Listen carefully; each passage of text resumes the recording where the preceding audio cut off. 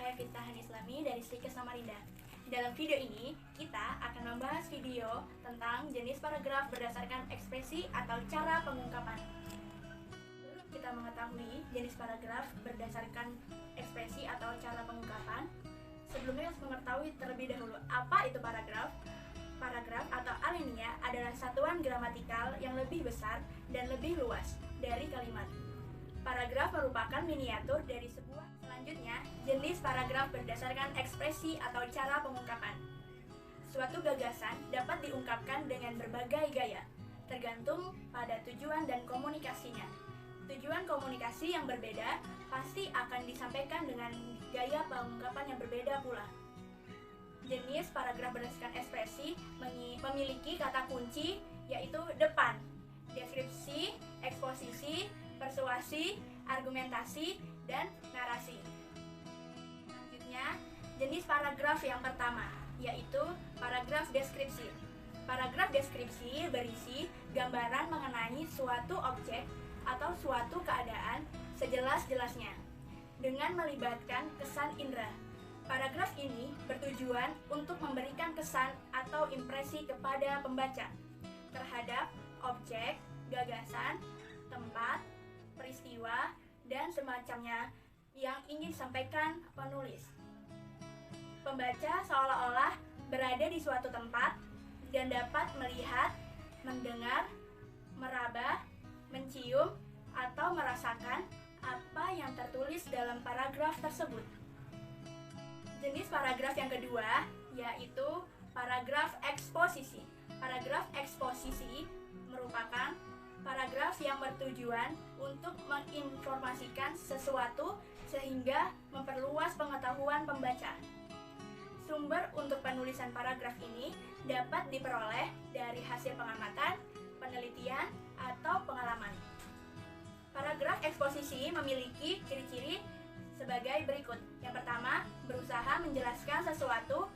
Yang kedua, gaya tulisan bersifat informatif. Yang ketiga, fakta dipakai sebagai alat kontribusi. Yang keempat adalah fakta dipakai sebagai alat untuk mengkonkretkan informasi. Yang ketiga adalah paragraf persuasi. Paragraf persuasi adalah paragraf yang berisi ajakan. Paragraf persuasi bertujuan untuk membujuk pembaca agar mau melakukan sesuatu sesuai dengan keinginan penulisnya. Agar tujuannya dapat tercapai, penulis harus mampu menyampaikan bukti dengan data dan fakta pendukung.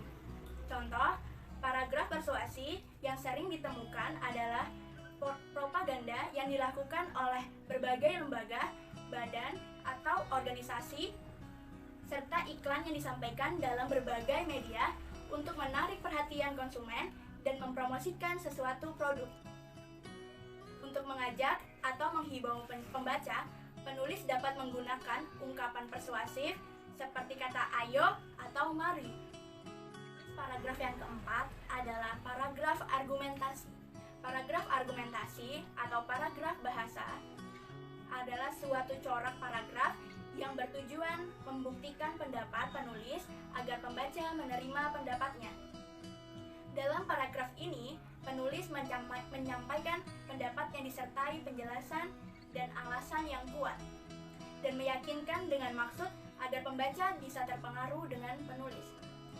Dasar tulisan argumentasi adalah berpikir kritis dan logis, berdasarkan fakta-fakta yang dapat dipertanggungjawabkan. Fakta-fakta tersebut dapat diperoleh dengan berbagai cara, antara lain bahan bacaan seperti buku, majalah, surat kabar, atau internet, wawancara atau angket, dan penelitian atau pengamatan langsung melalui observasi. Selanjutnya yang terakhir adalah jenis paragraf narasi.